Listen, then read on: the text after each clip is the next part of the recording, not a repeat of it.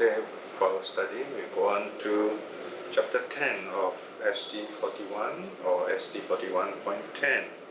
SD 10 of āVARADHA NīVARABHA Sutta is interesting in the sense that actually it's possible to break up the sutta into two parts. So you actually have two suttas. But they are so close together that some traditions, some manuscripts, especially the Burmese and Siamese manuscripts, they have put these two suttas together, and I've followed that arrangement. The Sinhalese edition has separated them into two. So to take a kind of middle stand, I have put them together here, given them a single SD number, 41.10, and also follow a single PTS number. Actually, this is a kind of a universal number, S46.38, Samyutta, volume 46, Sutta 38. So it's treated as a single sutta, but I have maintained their separate names, calling each of them by the sutta name. So they are given this kind of a prefix A and B. So S46.38A is āVARADHA Sutta, that's the first word in the twin compound. And then Nīvarāṇa Sutta is the second one, S46.38B. āVARADHA and Nīvarāṇa actually they mean the same thing. āVARADHA, you can see the English translation of the title, the discourse on obstructions and hindrances. āVARADHA can be translated as obstructions, and Nīvarāṇa, of course, we know this word famously as hindrance or hindrances. The discourse on obstructions and hindrances. So the problem here is sometimes can be boiled down to edicting problems in the pioneer days of the Pali studies in English. About 100 years ago, we have these Western pioneers, especially the British, who discovered Buddhism in the course of their colonial history. So people, these colonialists, the British and the Westerners, they were very excited with new discoveries of ancient culture and literature. And there was this, like a race amongst the various educated people to find something new and exciting to introduce to the world. For example, Egypt was a very rich area of discovery. And of course, Buddhist studies is another one. So you have many people trying to make a name for themselves through Buddhist studies. Like recently somebody wrote research on the R.C. Childers, how he compiled the first Pali dictionary, the one that's arranged in a particular order in the English style. And so, in other words, those study pioneers, they have a lot of difficulties. And one reason is because they're not Buddhists, but they're scholars. They are well trained in philology, and they use their discipline to study the text, which of course in some ways are very helpful to us on the word level. If you are interested in studying the suttas, this is very helpful.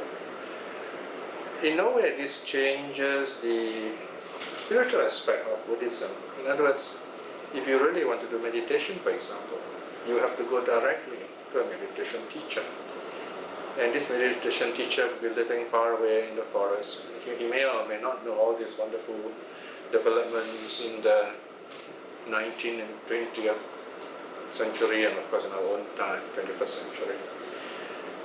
Because the tradition that these meditation masters embody has been there for generations, goes back right to the Buddha's time. And this transmission doesn't really depend on the word.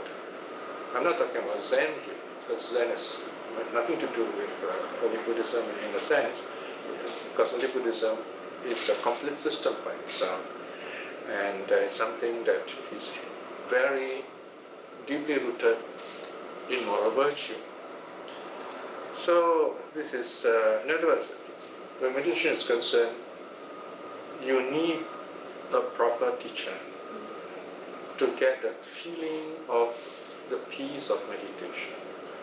You can try it alone, of course, if you find difficult to meet a teacher, but sooner or later you find that if you meet a good teacher, that experience is so wonderful.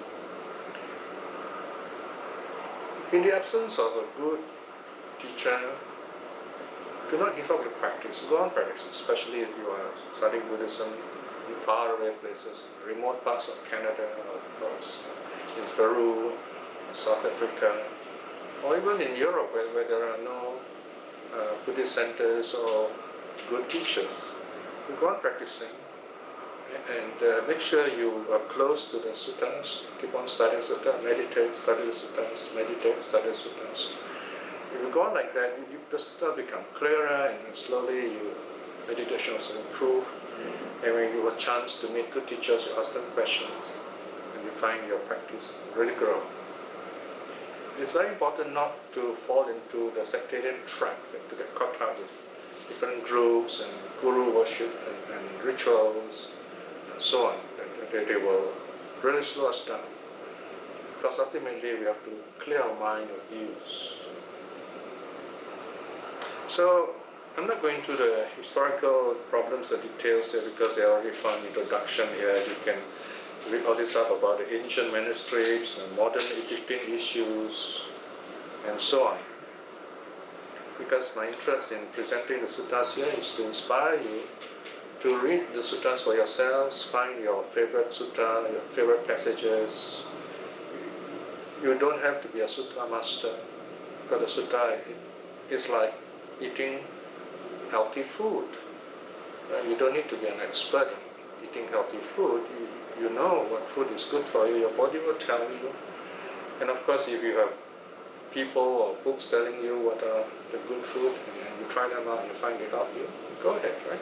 So the suttas are like manuals that tell us how to take good food so that our minds will be at peace with ourselves, so that we will free our minds of thoughts and suffering, and will be awakened in due course. So when we look at the suttas, in other words, we ask ourselves, what is the sutta teaching?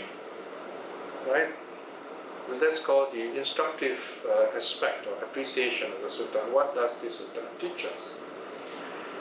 And then the next one is to experience it for ourselves, the experiential appreciation of the sutta, put into practice. All the suttas can be put into practice somehow. These suttas are not just beautiful words. So you find some people like to say, oh, if you go into later Buddhism, Mahayana, other kinds of Buddhism, you find they got very beautiful sayings. I mean, as far as beautiful sayings in English, you find there are other literature in other religions, or even secular literature, where there are beautiful words. Beautiful words do not awaken us. They make us happy, definitely, and they are helpful in inspiring us to feel at peace, happy with ourselves. Then you can, in that wonderful state of mind, study the suttas, and that's fine. But ultimately, you have to calm yourself, clear your minds of all those thoughts, and really be at peace with yourselves. It's just like you have eaten this wonderful food, this healthy food, and then you feel so happy and satisfied, you just like to sit and do nothing. Or maybe go for your favorite walk in a very peaceful part of the country, and you feel truly at peace with yourselves. Having said that, let us look at the sutta translations. This is on page 127, the first pair of suttas, the āVARADHA NİVARABHA Sutta. Here I've given a common title, right, the discourse on obstructions and hindrances. āVARADHA Sutta, the discourse on obstructions.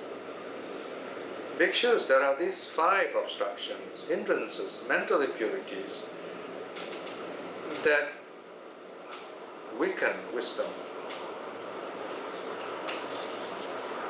So here notice you have three words: obstructions, hindrances, mental impurities. So here again we have this tendency in the suttas to repeat certain terms to a series of synonyms, right? Because it's the oral tradition. Let's say someone is listening and then he's not paying attention for various reasons. Maybe someone's talking to him or maybe some thought arises. But there are three words here, so the moment he hears any one of them, so he has a good idea what that teaching is about. Obstruction, hindrances, mental impurities. In other suttas, for example, the sutta says that the mental hindrances are those things which weakens our mental impurities, which weaken wisdom. Right? So when you hear the kind of passage, oh, okay, the Buddha is talking about mental hindrances. Okay, what are the five? Okay, these are the famous five, or notorious five, if you like. These are the five mental hindrances. Sensual desire, bhikshu, is an obstruction, a hindrance, a mental impurity that weakens wisdom. Ill will, bhikshus, is an obstruction, a hindrance, a mental impurity that weakens wisdom. Sloth and torpor, bhikshus, are an obstruction, a hindrance, a mental impurity that weakens wisdom. Restlessness and remorse, bhikshus, are an obstruction, a hindrance, a mental impurity that weakens wisdom. Doubt, bhikshus, are an obstruction, a hindrance, a mental impurity that weakens wisdom. So here we see these five mental hindrances. Some of them are single items and some are twin items. In Pali, they call Sanskrit, they call dvandva. Okay? In other words, they are twin compounds. For example, sloth and torpor, restlessness and remorse. So, one way of understanding these twin compounds in the hindrances is they kind of deal with the body and mind, if you like, or in terms of time, past and future.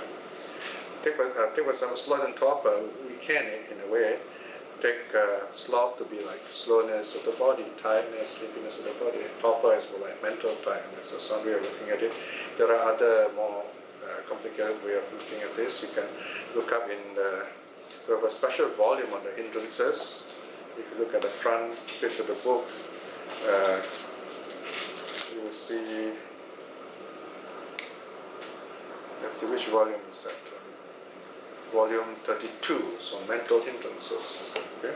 And one of the chapters is, each of these five mental hindrances are dealt with separately in a single chapter in that volume. So, sloth and torpor is kind of body and mind, feeling tired, sleepy, and so on. Restlessness and remorse, again, you have two of these ideas. Restlessness is when we think of the future. Instead of meditating, we say, what should I do after this practice? And then you kind of almost feel like jumping to action. Remorse is arises when we think of the past, something done, something undone, and feel bad about it. Or maybe we believe in certain kinds of religion, like to use guilt, sin, especially where you have this external agency, a God idea, eternal punishment, things like that. So you can have lots of remorse. So this is going to trouble us. So this is in the past. So we have to let go of the past, let go of the future to be in the present. Now, number one, sensual desire is the most common. In fact, sensual desire, you notice, number two, they're opposites. Sensual desire, ill will, right? They're also twins. So you have this sensual desire is the kind of attracting, pulling effect of the senses. We want more and more of something we see as nice. We hear sound that are pleasant, smell, taste, touch, and so on. And we do not know when to stop or how to stop, right? So that's why we have to study suttas, get teachings of teachers, follow the good examples of other meditators and teachers, and we learn to let go of all these sexual desires. So this is where, as I often said before, meditation is renunciation in practice, whether for monastics or lay people. This is the real renunciation. Renunciation is not just a changing of uniform, hairstyle, the way you walk, the way you eat. Those are external forms of renunciation. They are very useful if you are serious about renunciation. If you become a monk, not to have any dealings with money, not to get into business, not to have affairs, not to even do social work, not to get involved with the world, so to speak, as a layman would. We become renunciants to really renounce the world. In other words, to practice letting go of the five senses so that we can focus on the mind. And then attain jhanas or deep meditation and become arhats or non-returners in this life itself. That is the original purpose as intended by the Buddha. Anything less than that, you might as well be a layman to do it, because as a layperson, you can still enjoy sensual pleasures within the parameters of the five precepts, respecting your body, respecting your mind, respecting others, respecting nature. That's the golden rule. So even within this parameter of the five precepts, you can still attain stream winning or one's return. So you have this awakening plan for the renunciants and for the lay people. Right? So we have to know our place, what kind of approach we like to have, and practice accordingly. So, as I mentioned just now, the opposite of sensual desire is ill will. So when we are unable to enjoy those, what we perceive as pleasure from the five senses, we get upset or we feel devastated, we feel depressed when we perceive as losing those sources of those pleasures. Then evil arises. So you have sensual pleasures, evil going together. In the older suttas, you find only these two are mentioned, and they're like a synecdoche, they're like a shorthand for all the five mental hindrances. I already mentioned slow and torpor, number 3, number 4, restlessness and remorse. The fifth mental hindrance is doubt, right? So, now doubt's the last one, it's the most tricky one in a sense, but the key hindrance actually is sensual desire.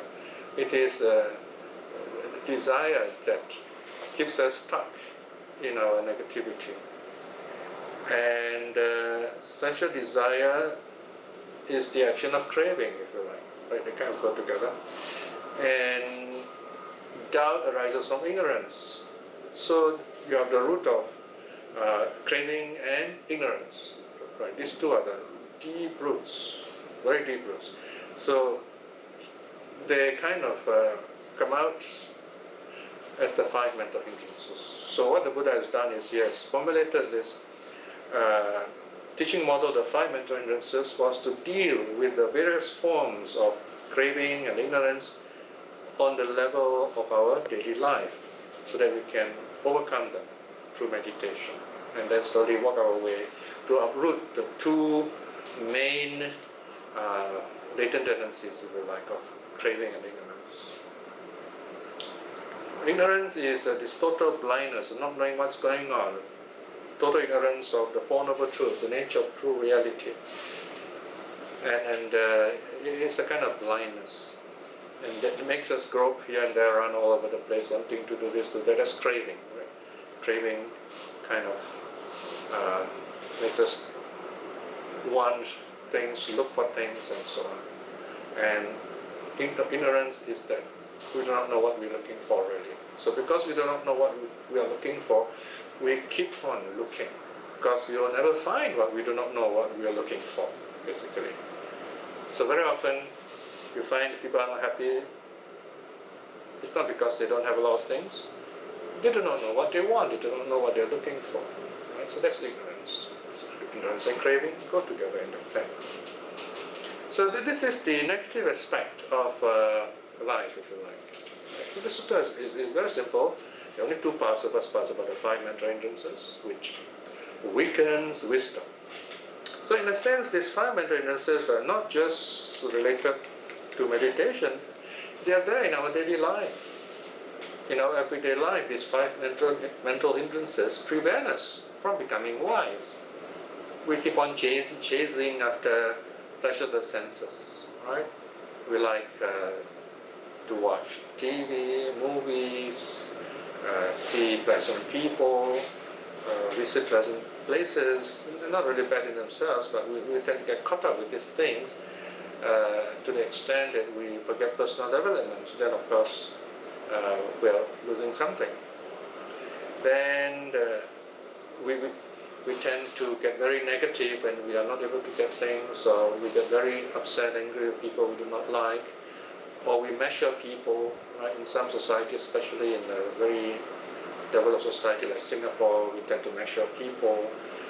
We look at people and start wondering, how much is this person worth to me? Is it,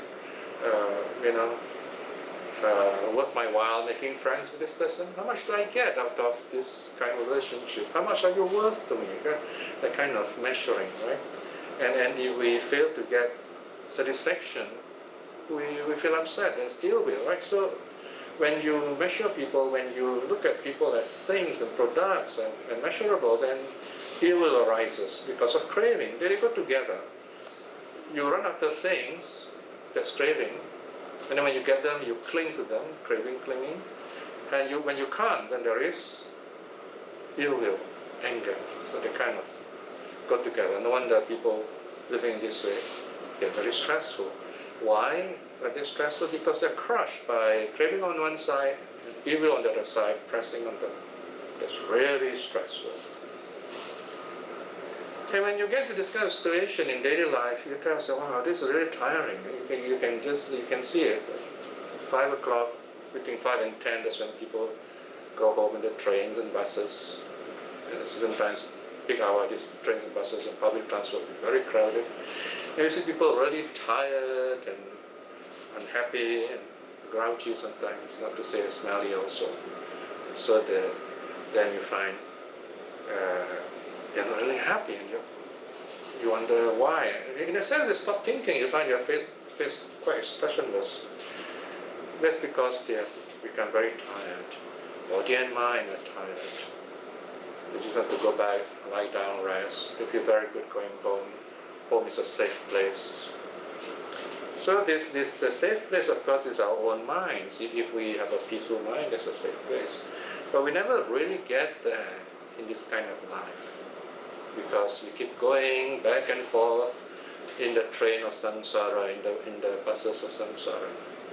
So somehow we got to stop the bus, say, I want to get down, I want to get off. Right? That's when you start meditating. But then, even after that, you got to get back to work, right? And then you find you have problems in the office, you have problems with people, you have problems at home, you have problems in the office, and then you have problems on the road also. You get road rage because you're upset and you can't express yourself. You cannot ventilate all this frustration. And then you start thinking about the past.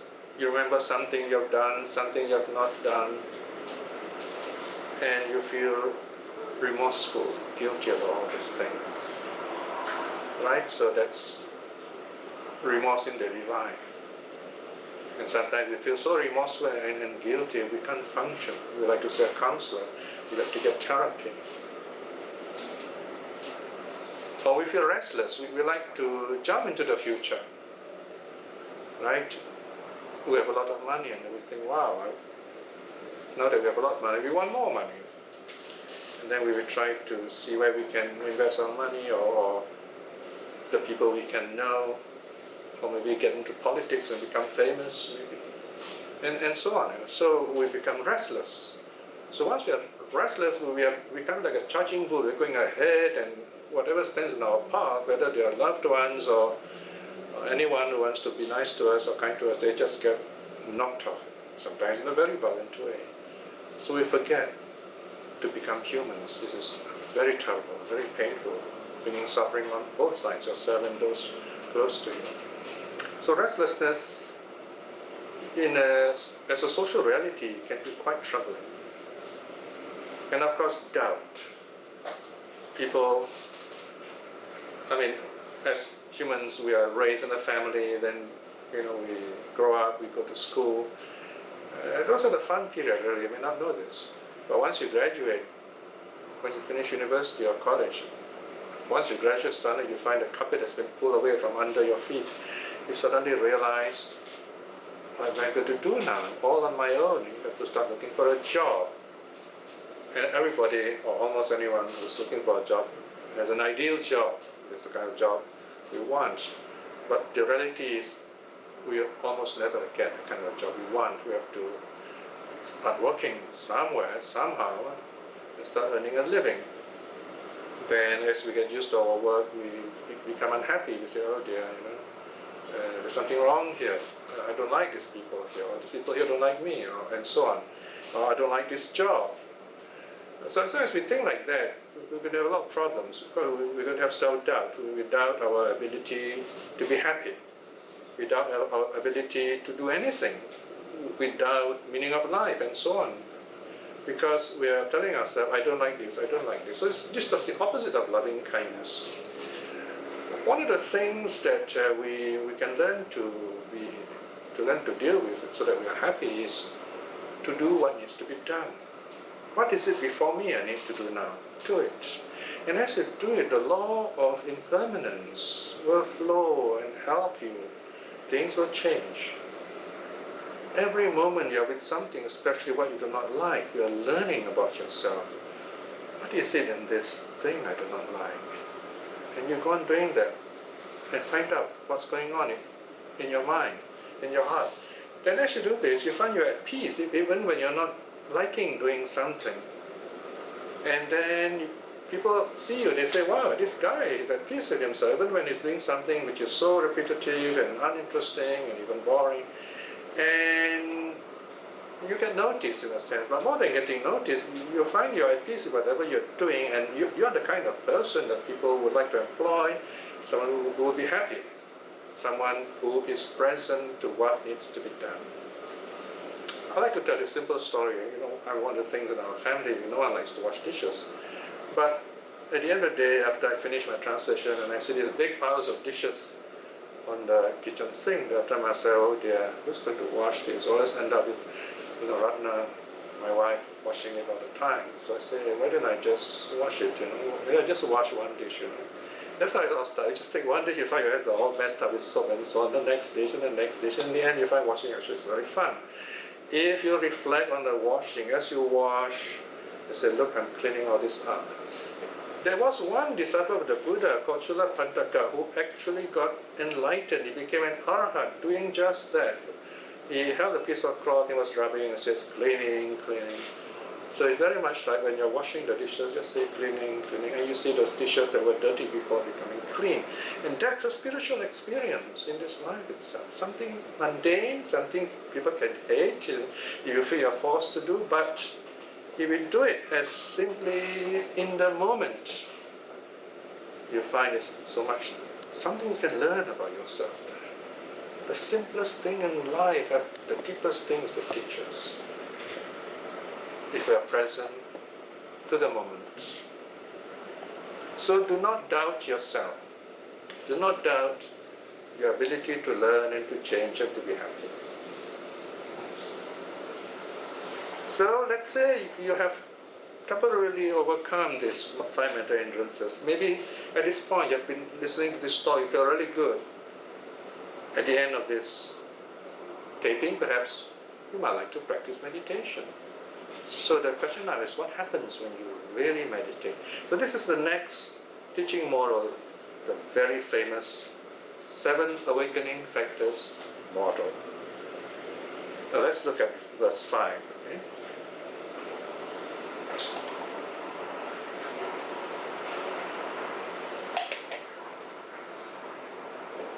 There are these 7 awakening factors. bojjhanga, or when it's the former, different the components part, they're called sambojjhanga, awakening factors, bhikshus, that are not obstructions, not hindrances, not mental impurities, which when cultivated, often developed, bring about the realization of knowledge and liberation. Right, so here is a very simple, beautiful sutta. In the first half, the first part, we have the mental hindrances. The second part, you have the opposite, which is not the previous part, right? Not obstruction, not hindrances, not mental impurities. And they help you to realize not only wisdom, but also liberation. Now, this is very important here to see the difference between knowledge, information, and wisdom, insight. Let's say you study the suttas, you read the suttas by yourself, and you say, wow, I know so many suttas, and you go on to Mahayana and Zen and all kinds of Buddhist groups, Buddhist sect, and maybe other religions, and you know, wow, a lot about religion. But then you may still have the mental hindrances. You still may not be happy, right? So here, we don't need to know so much. But those are information. They are measurable knowledge. Here is learning something and using that learning to clear your mind, to be at peace with yourself. That's wisdom. Knowledge accumulates, wisdom liberates. There's a big difference there. Okay? In other words, it's like food, you know. You take food and food disappears into you, it becomes you, and then you feel healthy, you can do work, you can do things, right? So wisdom is like that. Wisdom is something you really use, it's really useful to you, it frees your mind. That your mind is so peaceful. When your mind is totally free, stillness comes in, this beautiful, liberating stillness. Now coming back to the 7 awakening factors, next line says, what are the 7? What are the 7 awakening factors? The awakening factor of mindfulness, sati sambojjhanga, when cultivated, often develops. Instead of often developed, you can say this word bahulikata can be grown. Okay? When cultivated, grown, bring about the relation of knowledge and liberation. Right? You see this translating bahulikata as grown is a very, very beautiful way, I think, of doing it. Because these are agricultural imageries, right? You have cultivate, grow. Right? Of course, if you translate bahulikata literally, it means make much, grow. Okay, so I think grow is a very simple word in English. If we can use one word for so many words, by all means we should do it, right? It's much more beautiful. The Anglo-Saxon words, single sounds, monosyllabic, sometimes can be more beautiful than using those very cumbersome Latinism and Christianism, Latin words and Greek words. So keep it simple, in other words. Number 2, the awakening factor of mental investigation, Dhamma Vichaya Sambojjhanga, when cultivated, often develop, bring about the realization of knowledge and liberation. The awakening factor of effort, Virya Sambojjhanga, when cultivated, grown, bring about the realization of knowledge and liberation. The awakening factor of zest, when cultivated, grown, bring about the realization of knowledge and liberation. The awakening factor of tranquility, before that, zest is piti sambojjhanga.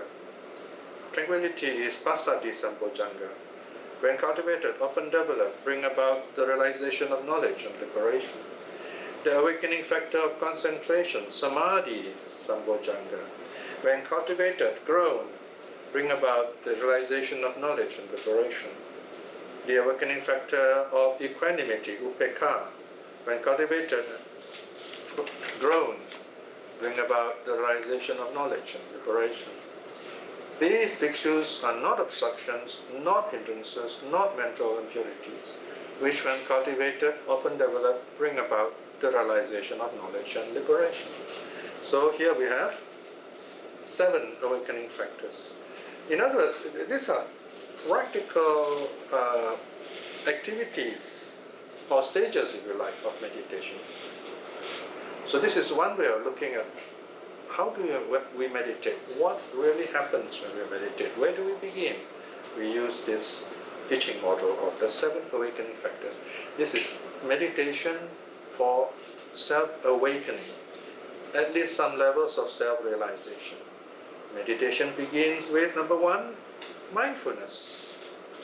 Again here, it's not just mindfulness here, let's say, to practice martial arts, which is good in itself, but not enough for awakening. I mean, you can get a great robber, using mindfulness to open a bank. I mean, this what do you call a safe or even a bank vault, right? So here's mindfulness for meditation, for self-awakening. So it's called Sambojjhanga. The word Bojja is a form of Bodhi. Right? So in Sanskrit it's Bodhyanga. Bodhyanga. So when you join together, it becomes Bodhyanga in Sanskrit. But in Pali, they want to pronounce it more kind of as a flow. It's Bojjhanga. We begin by being mindful, meaning our mind is fully focused on the meditation object. Mindful. It is clear of other distractions, all other senses. Normal seeing, hearing, smelling, tasting, touching. Only the mind as it is. That's one way of looking at it. Okay? And when you look into the mind, what do you see? You see thoughts, you see yourself. You notice the word see here is used in a figurative sense. Right? It's not seeing with the eye, but meaning understanding. Okay? So this is called Dhamma Vichaya. You investigate what's going on, what is in my head, what's in my mind. Thoughts, happy thoughts, sad thoughts, good thoughts, bad thoughts. Watch them, see them for what they are, accept them for what they are, know them for what they are. That is mental investigation. But there's so many other things you can do here. For example, reflect on them as impermanent. Right? Not too many things though, just maybe as a beginning, reflect on all these states. Number 1, as they are. Number 2, as impermanent. Number 3 is effort, virya. Keep on doing this, don't give up. This is a heroic effort. In fact, the word virya comes from vira. Vira means hero. So the real hero is someone who doesn't give up his practice. He goes on practicing it. Then again, it doesn't mean you should do it in such a way till you hurt yourself. It won't work that way too. So in other words here, you don't give up. At the same time, you know when to stop, when to take a break, when to rest. And then get back to your practice after that. Right? So it's a balanced practice. If you keep on doing this as a habit, in other words, sooner or later joy will arise. You may not even realize it. This joy can be a kind of peaceful feeling, but you feel good. Then you look back in retrospect. You say, oh, all this last year I've been feeling really good and peaceful. Actually, compared to now, I was really peaceful at that time. So this one way you might notice this joy. On the other hand, you might feel it, really a good feeling. Maybe even right now, as you listen to this sutta talk, you have this sense of joyful interest. That's piti on a very simple level. Joyful interest. This wonderful inner subtle energy, if you like, that keeps you going, that keeps you telling, I want more of this. This is really good. I want to hear this. I want to understand this. Of course, these are just words, but you just want to keep on doing something, like playing a beautiful piece of music, or just feeling really great, looking at the sunset, or the beautiful night starry sky. That's piti. Okay? When you truly enjoy doing something, or doing nothing, as in meditation. And if you go on feeling this piti, this zestful, this zest, or this joyful interest, your mind in due course, your body in due course become tranquil. You are at peace. You are totally comfortable in body and mind. That's called passaddhi. Passaddhi. You are at peace with yourself. And when your body and mind are at peace, you take it a step further. You don't give up your practice. Then samadhi arises. So in a sense here again you see this, up to now there are 5 factors. These 5 are cumulative, if you like. One builds up the other. One is the previous one is the foundation for the later one. Right? So you have mindfulness and investigation and an effort and then zest and then tranquility and then you become concentrated, samadhi. You become single-minded, so to speak. Your mind is very focused, at peace with itself. Jhana may or may not arise at this point, but your mind is certainly at peace. There is stillness. Some scholars or some monks even suggest the translation of samadhi as stillness, which is a good idea, right, rather than concentration. But I'm not troubled with words, because if you really understand that we're going to use this concentration to mean samadhi, that's fine, right? So in other words, we'll just let go of the baggage that we do not want, that is stuck with concentration. We define the terms we use. Right? Of course, there are certain terms which are hard to redefine, but I don't think concentration is one of those words. I mean, use words, but don't get caught up with them, as the ādvarāṇa Sutta says. Or, if you like, you can use the word samadhi, because you can find the word samadhi as an English word in many good dictionaries. Again, samadhi can mean different things to different people, especially those who are Buddhists. But here, of course, as Buddhists, we use samadhi in the Buddhist sense. So don't worry about what the neighbors are doing. You just focus on what you want to do. Some people, some of us can be very worried about how the neighbors are using the words, what the neighbors are thinking. Don't worry about them. Don't always think the grass is greener over the other side. It could well be brown and dried. The grass here is still there, and that's the reality. So samadhi, mental concentration, mental stillness. Just have that idea in your mind. And when your mind has reached that wonderful level of stillness, then awakening factor number 7, equanimity. It's a broad term for the mind in equipoise, not troubled by anything. I think this is a general term for jhana, for all the jhanas, in fact, depending on where you want to develop after this. Your mind is at peace. So this is calmness meditation. Then you come out of it in your stillness of mind. Your thinking process return in a normal sense. Then you start reflecting on all this state that's impermanent. That's up to you. You have to go and develop a jhana, so you can switch to vipassana at any time when you're ready. So that's the āVARADHANA Sutta. Then the second part is the Nīvarāṇa Sutta. These two, they form one single unit. Here I've given running numbers, so you look at number 8. This is on the 5 mental hindrances. Bhikshus, when a noble disciple listens to the Dharma, attention and resolve, directing his whole mind to it, open-eared, then the 5 mental hindrances are not present in him. So here the Buddha has given us a hint, instructions in fact, on how, one simple way of overcoming the mental hindrances. So in other words, it says, okay, noble disciple here can be anyone. If you are listening to the Dharma, at that time you are a noble disciple. Why? Because you are keeping all the 5 precepts, for example. It's just a temporary term in this case. So like, right now you are listening to the Dharma.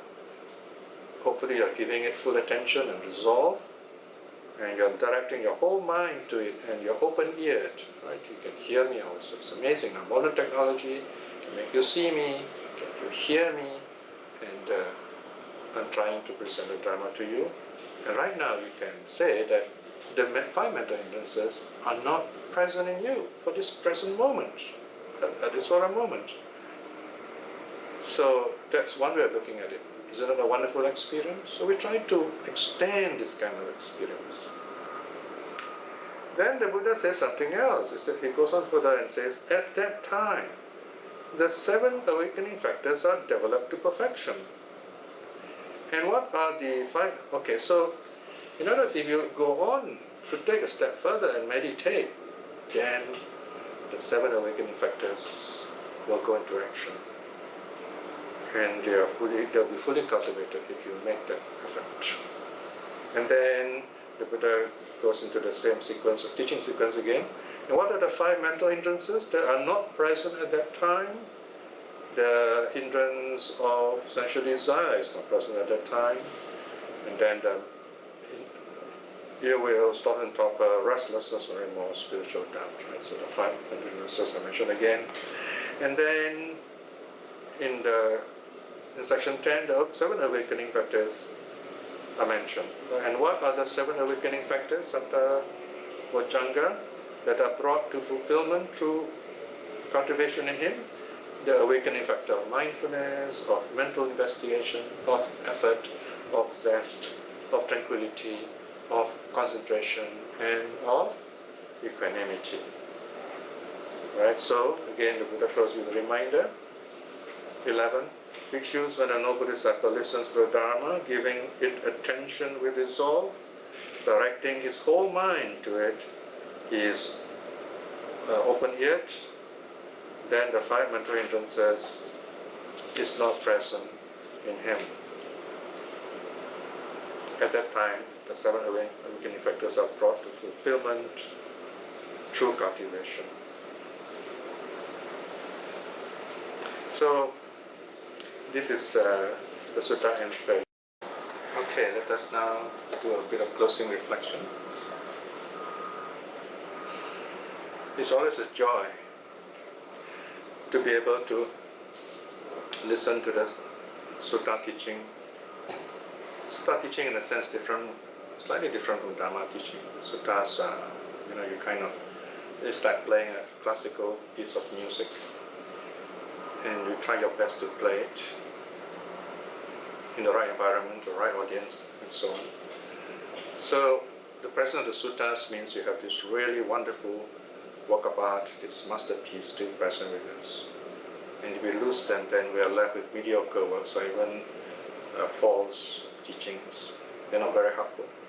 In that way, every time we talk on the suttas, we listen to the suttas, it's a great moment in the life of the teaching. Even better than all this, if you practice these teachings, every time you practice this teaching with the stillness of your mind and your moral virtue, you are extending the life of the teaching. And if you go on to teach the Dharma correctly, properly, you are even extending further the life of the Dharma itself. Reflecting in this way is very wholesome karma. By the power of such karma, may our minds be at peace. May we be able to succeed in all our Dharma works and attain happiness, peace, and prosperity in this life itself. Through the power of all the good deeds we have done, our faith in the three jewels, our own practice of the precepts and practice of generosity and various other good deeds, may we attain spiritual liberation, namely stream winning, at least in this life itself. In this moment of peace, let us send out our loving kindness to all our teachers and those who have been kind to us. May they be well and happy. To all our loved ones, people we care for, may they be well and happy. Even to those inimical to us, who disagree with us, who are not Buddhists, that the Dharma may touch them, that they may be wise and compassionate, and attain spiritual awakening in due course. May all beings be well and happy. Sadhu, sadhu, sadhu.